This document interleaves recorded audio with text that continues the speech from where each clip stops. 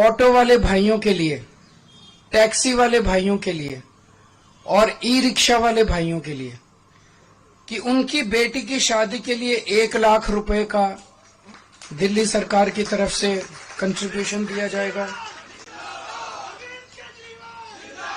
उनके बच्चों को फ्री कोचिंग दी जाएगी और उनको 10 लाख रुपए का लाइफ इंश्योरेंस और 5 लाख रुपए का हेल्थ इंश्योरेंस उनके परिवार के लिए करवाया जाएगा।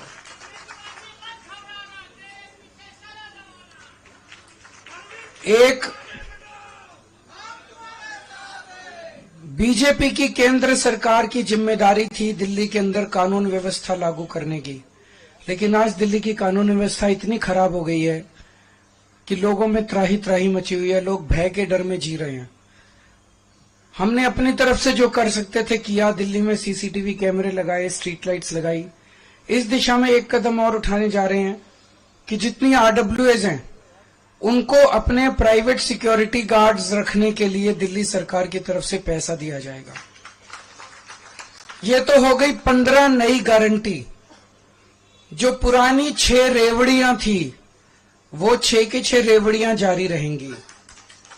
उसमें था कि 24 घंटे बिजली, मुफ्त बिजली जारी रहेगी, मुफ्त पानी जारी रहेगा, अच्छी और मुफ्त शिक्षा जारी रहेगी, बुजुर्गों के लिए मुफ्त तीर्थ यात्रा जारी रहेगी, महिलाओं के लिए मुफ्त बस यात्रा जारी रहेगी और अस्पतालों और मोहल्ला क्लिनिक का नेटवर्क और बढ़ाया जाएगा और वहां पे सबके लिए फ्री इलाज जारी रहेगा। अब मैं दिल्ली के लोगों को कहना चाहता हूं, भारतीय जनता पार्टी ने पिछले कुछ दिनों में समय समय पे उनके नेताओं ने, उनके पार्टी के प्रवक्ताओं ने जगह जगह ये साफ कर दिया है कि उनकी सरकार बनेगी तो वो दिल्ली के सरकारी स्कूलों में फ्री शिक्षा बंद कर देंगे। उन्होंने साफ कर दिया है कि दिल्ली में मुफ्त बिजली बंद कर दी जाएगी। उन्होंने साफ कर दिया है कि मोहल्ला क्लिनिक दिल्ली में बंद कर दिए जाएंगे। उन्होंने साफ कर दिया है कि मुफ्त पानी बंद कर दिया जाएगा। उन्होंने साफ कर दिया है कि महिलाओं को फ्री बस का सफर बंद कर दिया जाएगा। आप अगर हिसाब लगाएं तो मुफ्त बिजली से लोगों का कम से कम 5,000 रुपए महीने का फायदा हो रहा है। अगर आप हिसाब लगाएं तो अगर जो हमारे सरकारी स्कूलों में बच्चे पढ़ रहे हैं अब उनको शानदार, अच्छे, बढ़िया प्राइवेट स्कूलों जैसी शिक्षा मिल रही है। एक बच्चे को अगर आप मरे से मरे प्राइवेट स्कूल में भी कराओ तो कम से कम 5,000 रुपए एक बच्चे का महीने का खर्चा आ जाता है और 2 बच्चे हो तो 10,000 रुपए महीने का खर्चा। तो ये फ्री शिक्षा बंद कर देंगे तो 10,000 रुपए एडिशनल महीने का खर्चा उन परिवारों पे आएगा जिनके बच्चे पढ़ाई कर रहे हैं। तो 5,000 रुपए बिजली का एडिशनल खर्चा आने लगेगा अगर आपने कमल का बटन दबा दिया। 10,000 रुपए एडिशनल खर्चा आने लगेगा अगर आपने कमल का बटन दबा दिया स्कूल की शिक्षा की वजह से। 2,000 रुपए फ्री पानी की वजह से बचत हो रही है।